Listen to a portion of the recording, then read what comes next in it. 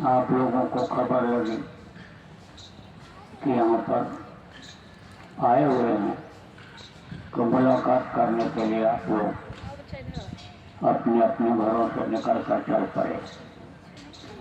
अच्छी बात है। प्रेम में ये होता है, प्रेम में प्रेमी चल पड़ते हैं खबर लगते ही। सबसे पहले तो इंसान से इंसान को प्रेम करना पड़ता है, प्रेम सीखना पड़ता है। जैसे माँ बच्चे को प्रेम करती है तो बच्चा भी प्रेम करना सीखता है, ऐसे ही इंसान इंसान से प्रेम करना सीखता है। और फिर जब कोई बता देता है कि भगवान तुम्हारे अंदर में है, उससे प्रेम करोगे तो भगवान तुमको मिल जाएगा, तो भगवान से भी वो प्रेम करने लगता है। बहुत अच्छा रहा आप लोग आ गए, लेकिन कोई बात जब बताई जाए तो उसको करना चाहिए, अमल करना चाहिए, तभी उसका फायदा व नुकसान दिखाई पड़ता है। वैद्य के पास जाओ, डॉक्टर के पास जाओ तो विश्वास करके जाना पड़ता है, और जब वो दवा दे देता है और कहता है इसको समय समय पर खाते रहना, तब खाना पड़ता है। और विश्वास के साथ जब खाते हैं तो मर्ज खत्म हो जाता है, तकलीफ दूर हो जाती है। पर ये जरूर रहता है कि मर्ज जितना पुराना रहता है उतना देर तक दवा खानी पड़ती है, तब तकलीफ जाती है। दवाई अच्छी मिल जाए, डॉक्टर अच्छा मिल जाए तो दवा धीरे धीरे फायदा करने लग जाती है, और जब दवा फायदा करने लग जाए तब दवा को बराबर खाते रहना चाहिए, छोड़ना नहीं चाहिए। कुछ लोग ऐसे भी होते हैं कि फायदा हो गया थोड़ा सा तो दवा को छोड़ दिया, और फिर मर्ज जब बढ़ जाता है, तकलीफ जब बढ़ती है, तब फिर भग करके डॉक्टर के पास जाते हैं। आप लोग ऐसा ही करते हो, बहुत से लोग ऐसा ही करते हो। आपको बताया जाता है कि भाई विश्वास के साथ करो, आप विश्वास के साथ जब करोगे तब आपकी तकलीफ जाएगी। देखो आपको बता दूं, खाने पीने और मौसम के बदलाव से जो तकलीफ हो जाती है वो दवा से ठीक होती है। खाने पीने पर परहेजी क्या कि जैसे कोई चीज़ आदमी को सूट नहीं करता है, उसको खाने से तकलीफ बढ़ती है, अब वो चीज़ मन नहीं माना खा लिया तो उससे तकलीफ बढ़ जाती है। ज़्यादा खा लिया ऐसा भी होता है, कहा जाता है ना थोड़ा कम खाओ, कम खाओ और कम खाओ तो तकलीफों से बचे रहोगे। अरे आवाज़ सुनाई पड़ रही है आप लोगों को, पीछे वालों को सुनाई पड़ा इधर भी? अच्छा, तो आपको समझने की ज़रूरत है कि यानी आपको बताया गया है कि कम खाओ और कम खाओ। कम खाओगे तो कोई अगर यानी तेज तरार चीज़ भी होगी, गरिष्ठ चीज़ होगी जिसको मैदा हजम नहीं कर पाता होगा तो थोड़ी बहुत तकलीफ तो होगी, लेकिन वो हजम हो जाएगा। ज़्यादा हो जाता है, मन नहीं मानता है तो वही चीज़ नुकसान कर जाती है। तो थोड़ा खाओ, कम खाओ, कम खाओ, 2 बार बर्दाश्त कर लो, लड़ाई झगड़ा से बचे रहोगे, झंझट से बचे रहोगे। नहीं तो बहुत सुख हो, सुविधा हो, मकान हो, धन दौलत हो, गाड़ी घोड़ा हो, लेकिन दिमाग में शांति न हो, झगड़ा झंझट कई तरह का पाल करके रखा हो तो जल्दी आदमी को नींद नहीं आती है। नींद की गोलियां ज़्यादा टेंशन पालने वालों को ही खानी पड़ती है। तो आपको समझने की ज़रूरत है कि खाने पीने की बदपरहेजी से या मौसम बदलता है, अब इधर देखो गर्मी और ठंडी, यानी ये जो फागुन निकल रहा है चैत जैसे आएगा तैसे ये गर्मी और ठंडी ये दोनों पड़ेगी। दिन में गर्मी बढ़ेगी, रात को ठंडी रहेगी, तो ठंडी और गर्मी का असर हो जाता है।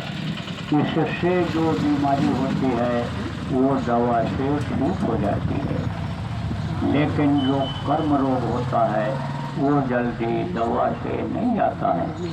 कर्म रोग किसको कहते हैं? देखो आदमी का ये जो मनुष्य शरीर है ये देव दुर्लभ शरीर है।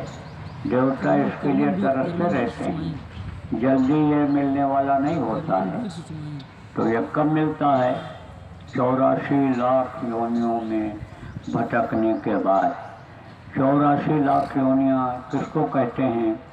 देखो ये पेड़ पौधे ये क्या हैं? ये योनियों में आते हैं। आपके अंदर जो शक्ति है, जीवात्मा है शरीर को चलाने वाली, वही इन पेड़ पौधों में भी है। ये जो आसमान में उड़ते हैं पक्षी, इनमें भी यही आत्मा है। यह भी एक योनि है। तरह तरह की योनियाँ हैं। देखो कई तरह के पक्षी होते हैं आसमान में उड़ने वाले, कई तरह के जमीन पर चलने वाले जानवर होते हैं, कई तरह के यानी पानी में रहने वाले जीव होते हैं, कई तरह के कीड़े मकोड़े पतंगे होते हैं, जमीन के नीचे रहने वाले कीड़े होते हैं, पत्थरों में भी अंदर कीड़े होते हैं, वो भी कई तरह के होते हैं। तो ये सब आते हैं 84 लाख योनियों में। तो इन योनियों में जाना पड़ता है कर्मों के अनुसार। कर्मों का जब से विधान बना तब से कर्मों के चक्कर से कोई बच नहीं पाया, तो कर्मों की सजा मिलती है। किसको मिलती है? जो इस मनुष्य शरीर को पाने का मतलब नहीं समझ पाता है, जो खाने पीने मौज मस्ती में ही समय को अपने निकाल देता है, उसको यानी समझो कि सजा भोगनी पड़ती है। अब देखो शरीर के सुख के लिए ही बहुत से लोग शरीर से पाप कर डालते हैं। अब ये भूल जाते हैं कि पाप की सजा यानी मिलनी ही मिलनी होती है, इसलिए इसको नहीं भूलना चाहिए। तो पाप की सजा मिल जाती है। अब पाप की जब सजा मिलती है तब उन योनियों में बंद किया जाता है, और वहाँ से जब छुटकारा मिलता है तब यह मनुष्य शरीर मिलता है। यानी गाय और बैल की योनि में आने के बाद यानी ये 84 लाख योनियों का सबसे श्रेष्ठ मनुष्य शरीर है, उत्तम मनुष्य शरीर है। तो ये आपको मिला, बड़े भाग्य से मिला। जितने भी महात्मा आए, संत आए, फकीर आए, सब लोगों ने इस बात को बताया कि भाई यह मनुष्य शरीर ये देव दुर्लभ शरीर है, बड़े भाग्य से मिलता है। 84 लाख योनियों में भटकने के बाद बड़े भाग्य मानुष तन पावा। देखो गोस्वामी जी महाराज ने भी लिखा है, तब यह मिलता है। तो यह मनुष्य शरीर जो मिला है इसका मतलब यानी समझो समझने की जरूरत होती है। तो प्रचार हुआ कि सत्संग होगा, और आप सत्संगों में पहुंच जाते हो, सत्संग सुनते हो, लेकिन उसको समझने की कोशिश नहीं करते हो, किसी से पूछते भी नहीं हो क्या बात बताई गई। सुन करके आप गांव के सीधे साधे हो और चले जाते हो।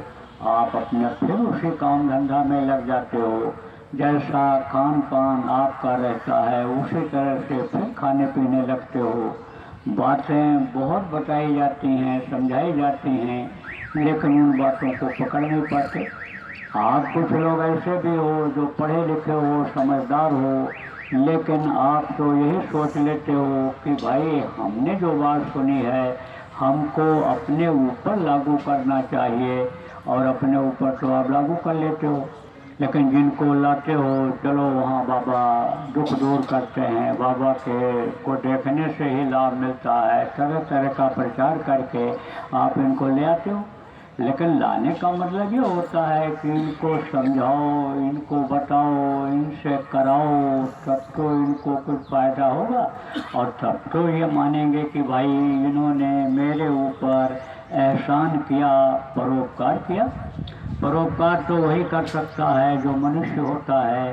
परोपकार का मतलब क्या होता है? यानी परोपकार का मतलब होता है एक दूसरे की मदद करना, ये परोपकार होता है। तो मनुष्य ही कर सकता है। दो रोटी है किसी के पास, उसमें से एक रोटी दूसरे को खिला करके पेट भर सकता है, लेकिन जानवर तो दूसरे को सींग मार करके और उसके हिस्से का आगे का खा लेते हैं, तो जानवर नहीं कर सकते। परोपकार आप कर सकते हो। परोपकार जब करोगे तभी वो एहसानमंद होगा जिसको आप लाओगे। बहुत अच्छे डॉक्टर को दिखा दो, बहुत अच्छी दवा भी वो बता दे लेकिन किसी को तरीका न मालूम हो खाने का, तो कैसे रोक जाएगा? इसलिए आप जो लोग जिम्मेदार आदमी कहलाते हो, जो आप समझदार हो, पढ़े लिखे हो, आप जिनको जानते हो, पहचानते हो कि हाँ भाई ये दुखी हैं, परेशान हैं, ये वहाँ गए थे बाबा के पास, उन्होंने बताया था, तो इनको बता देना चाहिए, इनको कराना चाहिए। तो आप लोगों की दोनों की ड्यूटी बनती है। तो ये तकलीफ़ें कुछ तो जान में आ जाती हैं, कुछ अनजान में आ जाती हैं। देखो मैं सुबह भी मिल रहा था, उसमें हमको समझो कि 12 आना, 16 आना में से 12 आना आदमी अपनी तकलीफ़ों को ही बता रहे थे। कुछ तो ये बेचारे गांव के लोग सीधे साधे ये बता ही नहीं पा रहे, ये बच्चियाँ बता ही नहीं पा रही हैं, खड़ी हैं, कैसे कहें क्या कहें बता ही नहीं पा रहे। लेकिन चेहरे मुहरे से देखने से ये पता चलता है, अंदर में उनकी तकलीफ़ों को यानी पढ़ने से पता चलता है कि तकलीफ़ों में बहुत हैं। तो देखो मनुष्य शरीर पाने का मतलब समझना चाहिए। ये देखो खाने पीने में ही जीवन बिताने के लिए नहीं मिला है, ये मुख्य रूप से भगवान के भजन के लिए मिला है, भगवान के दर्शन के लिए ये मनुष्य शरीर मिला है। और इसी में भगवान का दर्शन होता है। आज तक जिसको हुआ इसी मनुष्य शरीर में ही हुआ है। आपको भी हो सकता है, आप तो गांव के सीधे साधे निर्मल लोग हो, आपका तो निर्मल मन है, आपको जल्दी हो सकता है। लेकिन जब आपको तरीका मालूम हो जाए तो नामदान तो दे दिया गया है, बहुत लोगों को दिया गया।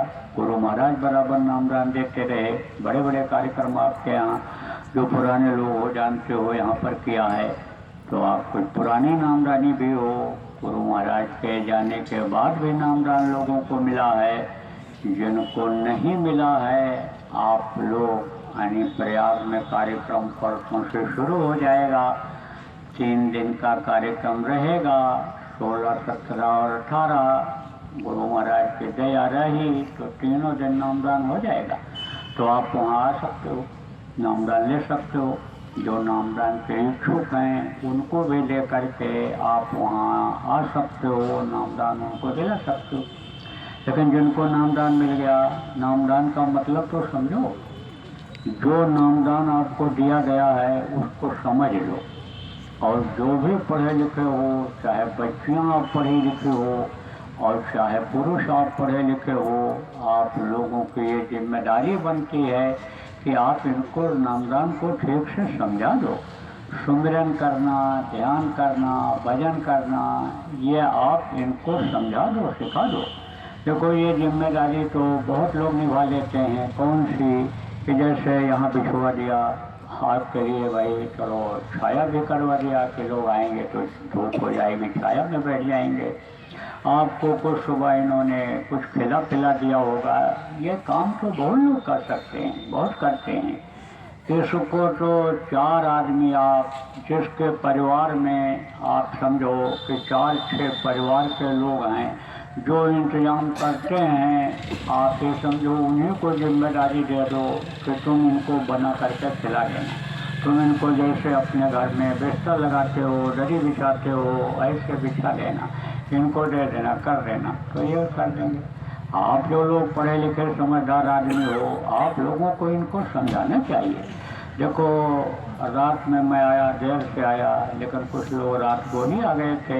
रात को समझाना चाहिए, सुबह फिर बैठ कर समझाना चाहिए, आपको पूछना चाहिए कि सुमरन कैसे करते हो, ध्यान कैसे करते हो, भजन कैसे करते हो, नाम ध्वनि के लिए आदेश होता है, नाम ध्वनि करते हो नहीं करते हो। भाई दवा नहीं खाओगे तो कैसे फायदा होगा। जब बता दिया जाता है कि आप ये समझो कि 100 मर्ज की एक दवा, ना 100 दवाई, ना एक परहेज, परहेज करते हो कि नहीं करते हो, इन सब बातों को बताना चाहिए, याद दिलाना चाहिए। देखो सत्संग में क्या होता है, सत्य में संग होता है, किसका, सत्संगियों का सत्संग, सत्संग का आयोजन हो तो सत्संगियों को संपर्क करना चाहिए, सत्संग की बातों को बताना चाहिए। जो भी सुने तो आप ये समझो कि इनको समझाओ, जो पढ़े लिखे लोग हो, महिलाओं को समझाओ, पुरुष को समझाओ, सुमिरन ध्यान भजन के बारे में इनको बताओ, रटाओ वो चीज़। कुछ चीज़ें ऐसी होती हैं कि जो जरूरी होती हैं। क्या जरूरी होता है? जैसे जीवन में लेटरिन जाना जरूरी होता है, भोजन करना जरूरी होता है, आप समझो नहाना धोना, सफाई की बाहरी सफाई करना ये जरूरी होता है। ये चीज़ें बच्चों को बचपन से ही बताई जाती हैं, सिखाई जाती हैं। ऐसे कोई नया नामदानी हो उसको ये सब चीज़ें बतानी चाहिए। वो भी एक तरह से बच्चा ही है सत्संग में, संगत में, उसको इन सब चीज़ों को बताना चाहिए कि रटाना चाहिए कि सुमिरन करना जरूरी है। सुबह उठो तो सुमिरन करके ही बिस्तर छोड़ो, जहाँ कहीं भी खाली बैठो वहीं आंख बंद करो, ध्यान लगाओ। जब भी घबराहट हो, जब भी तकलीफ हो आवे, जब भी टेंशन पैदा हो, नाम ध्वनि बोलने लग जाओ। तो जब ये बातें बताओगे रट जाएंगी बातें, तो रटी हुई बात को फिर आदमी बोलता नहीं है। इसलिए इनको लोगों को बताने, समझाने, रटाने की ज़रूरत है। अब आपको बताया कि 100 मर्ज की एक दवाई, 100 मर्ज की एक दवाई बताया। जैसे देखो आयुर्वेदिक में एक दवा होती है और एक होता है रसायन। तो मान लो किसी का पेट खराब हो गया, पतली लैट्रिन आने लग गई, और पतली लैट्रिन जब आएगी तो समझो उसके लिए दवा की ज़रूरत पड़ेगी। तो दवा दे दो उसको तो लैट्रिन बंद हो जाएगी, लेकिन कमजोरी आ जाती है। बुखार तो उतर जाता है लेकिन बुखार की कमजोरी आ जाती है, तो कमजोरी दूर करने के लिए दूसरी दवा खानी पड़ती है। लेकिन रसायन जो होता है वो दोनों में काम करता है, दर्द भी बंद करता है और कमजोरी को भी दूर करता है। तो ये जो नाम दान दिया गया, सुमिरन ध्यान भजन जो बताया गया, लगातार प्रेमी अगर इसी को 1 घंटा सुबह शाम करने लग जाएं तो फिर और कोई चीज़ की ज़रूरत नहीं रहेगी, कोई दवा की ज़रूरत नहीं रहेगी किसी भी तरह की। धीरे धीरे कर्म भी कट जाएंगे, धीरे धीरे उसको परहेज करना भी याद आ जाएगा, और परहेज से ही बहुत सी दवा आनी, समझो दवा नहीं खानी पड़ती है, मर्ज ठीक हो जाता है। कैसे आपको बता दें, देखो आदमी को जब तकलीफ होती है, अगर वो भोजन बंद कर दे, आप ये समझो तो बहुत कुछ तकलीफें उसमें कम हो जाती हैं। देखो परहेज जानवर ज़्यादा करते हैं, आदमी कम कर पाता है। कैसे ये भी बता दें, आदमी का मन बगैर खाए नहीं मानता है, खाए भी है, इच्छा यानी पेट भरा भी हुआ है, लेकिन बढ़िया चीज़ कोई मिल गई, सामने पड़ गई तो मन नहीं मानता है। लेकिन कुत्ता है, खा पी करके आया, भूख नहीं है उसको, कोई बढ़िया से बढ़िया चीज़ रख दो, सूंघ के छोड़ लेता है, खाता नहीं है। अब देख लो जानवर कभी कभी तकलीफ होती है तो भोजन चारा लेना बंद कर देते हैं, और चारा लेना बंद कर देते हैं तो बहुत सी तकलीफें उनकी ऐसे ही दूर हो जाती हैं। देखो जानवर चारा नहीं लेते हैं लेकिन पानी पी लेते हैं। आदमी कहता है खाएंगे नहीं तो और मर जाएंगे और कमजोरी आ जाएगी, तकलीफ बढ़ जाएगी, लेकिन ऐसा नहीं होता है। कोई भी तकलीफ हो, जुकाम हो जाएगा अभी आपको, बुखार की हरारत हो जाए, गर्म पानी पियो, 2 टाइम भोजन बंद कर दो, तो देखो बहुत कुछ तो उसी से चला उसी से आराम मिल जाता। अब ये ज़रूर है कि जब बुढ़ा होता है शरीर, तो ये जो शरीर की हजम करने की और शरीर को चलाने की जो क्षमता होती है, ताकत होती है, वो कम हो जाती है। उसमें जो है यानी समझो कि समय लगता है, और समय लगता है तो कमजोरी बढ़ती है, तो दवा ले लिया जाए तो भी कोई बुरा नहीं है। लेकिन जवान आदमी हैं या समझो ताकत वाले लोग हैं, वो अगर परहेज ही कर ले जाएं तो बहुत सी तकलीफें दूर हो जाती हैं। देखो अभी नवरात्र आ रही है, 9 दिन का उपवास अगर आदमी कर ले जाए, नींबू पानी ही पिए, तो समझो कि विकार जितना हो सब निकल जाता है। अंदर में जो मल जमा होता है, अंदर में जो गंदगी जमा होती है, नींबू खारा होता है, पानी में अंदर जब जाएगा तो गंदगी को बिल्कुल साफ कर देगा, एकदम से कायाकल्प जिसको कहते हैं वो हो जाता है। कहने का मतलब प्रेमियों यह है कि एक दवाई यही अगर बता ले जाओ आप लोगों को, सुमिरन ध्यान भजन करा ले जाओ, तो समझो बहुत सी तकलीफें दूर हो जाएंगी। लेकिन एकदम विश्वास आदमी को नहीं होता है। क्यों नहीं होता है? इसलिए कि कुछ दिखाई सुनाई नहीं पड़ता है। तो जब तक आदमी देखता नहीं है तब तक विश्वास नहीं होता है, जब तक सुनता नहीं है तब तक विश्वास नहीं होता। और अंदर का पर्दा हटता नहीं है कि वो जो आवाज़ है ऊपर की आ रही है, जिसको अनहद वेदवाणी कहा जाता है, आकाशवाणी कहा जाता है, वो सुनाई नहीं पड़ता है, क्योंकि अंदर में पर्दा लगा हुआ। अब पर्दा ये जन्मांतर का है, बहुत मोटा हो गया है कर्मों का, तो हटने में लगती है देर। तो आदमी विश्वास को देता है खो, और विश्वास खो देता है तो छोड़ देता है, ध्यान भजन नहीं करता है, सुमिरन नहीं करता है। तब उसके लिए रास्ता निकाल दिया गया, सेवा का रास्ता बना दिया गया। नाम धुनी ही करो, कम से कम बैठने की आदत तो डालो, नहीं तो बैठने का भी मन नहीं कहता है। तो इससे भी तकलीफ जाती है, इससे भी लोगों के कर्म करते हैं। किससे? जो जय गुरुदेव नाम की ध्वनि आपको अभी शुरू में बुलवाया, फिर आपको बता दें, जय गुरुदेव जय गुरुदेव,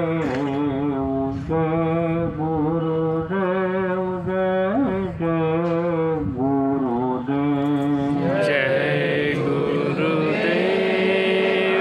जय गुरुदेव, जय गुरुदेव, जय गुरुदेव, जय जय गुरुदेव।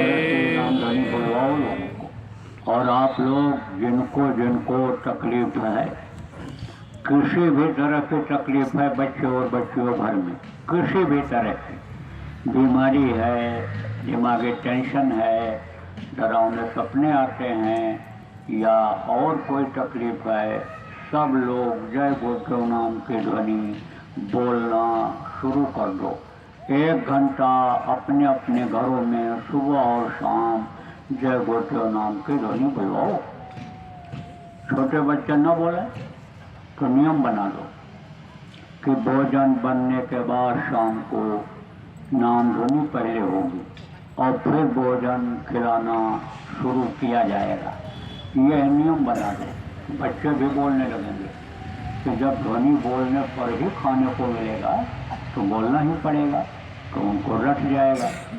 बचपने में जो चीज़ याद हो जाती है पूरी जिंदगी याद रहती है। आप लोग जो पढ़े लिखे लोग हो, जो बचपन में पढ़े थे, और अगर उसको दोहरा लिया करो तो फिर वो कभी भूलेगा नहीं, बुढ़ापे में भी वो चीज़ याद रहती है। इसलिए बच्चों को जो याद हो जाएगा उसको वो बराबर करेंगे। बुढ़ों को भूल जाता है, दिल दिमाग कमज़ोर हो जाता है, हाथ पैर कमज़ोर हो जाता है, बातें भूल जाती हैं, लेकिन बच्चों को नहीं भूलता है। तो जब बताया गया मुसीबत आवे, तकलीफ आवे, कभी भी ऐसी दशा हो जाए कि अब जान नहीं बचेगा, माल चला जाएगा, तब जय गुरुदेव नाम की ध्वनि बोलो तो उनको याद रहेगा।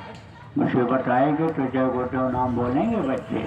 और जय गुरुदेव नाम चूँकि भगवान परमात्मा का है, गुरु महाराज का जगाया हुआ नाम है, इसलिए वो प्रभु देखेंगे।